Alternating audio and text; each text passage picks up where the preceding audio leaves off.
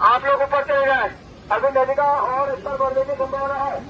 नदी का स्तर काफी बढ़ चुका है, जो कि बहुत दिनों कभी नहीं बढ़ा था। अरे आप लोगों को निवेदन है, आप लोग